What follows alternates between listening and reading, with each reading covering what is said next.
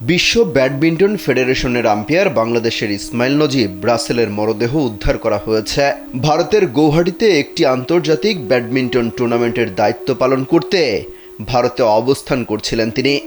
ইসমাইল নজিব রাসেলের মৃত্যুর ঘটনা উল্লেখ করে সাবেক জাতীয় ব্যাডমিন্টন চ্যাম্পিয়ন ও ফেডারেশনের সাবেক সাধারণ সম্পাদক জুবাইদুর রহমান রানা গণমাধ্যমকে বলেন, ভারতের গৌহাটিতে একটি আন্তর্জাতিক সিরিজ চলছিল। রাসেল বিশ্ব ব্যাডমিন্টন প্যানেলের আম্পায়ার হওয়ায় ম্যাচ পরিচালনা করতে গিয়েছিলেন। তিনি বলেন, আজ তার ম্যাচ ছিল। কোর্টে যখন সে আসছিল না তখন আয়োজকরা হোটেলে যায়। রুম ধাক্কার পর না খোলায় দরজা ভাঙা হয়। তখন তারা দেখেন রাসেলের মরদেহ পড়ে আছে। স্যান্ডেলিনা সো, রূপচর্চায় আভিজাত্য।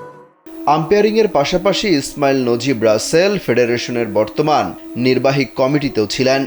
ব্যাডমিন্টন নিয়ে তার বিস্তর পড়াশোনা, ব্যস্ততাপূর্ণ দৈনন্দিন জীবনেও তার দিনের অনেক সময় কাটে ব্যাডমিন্টনের বই পড়ে।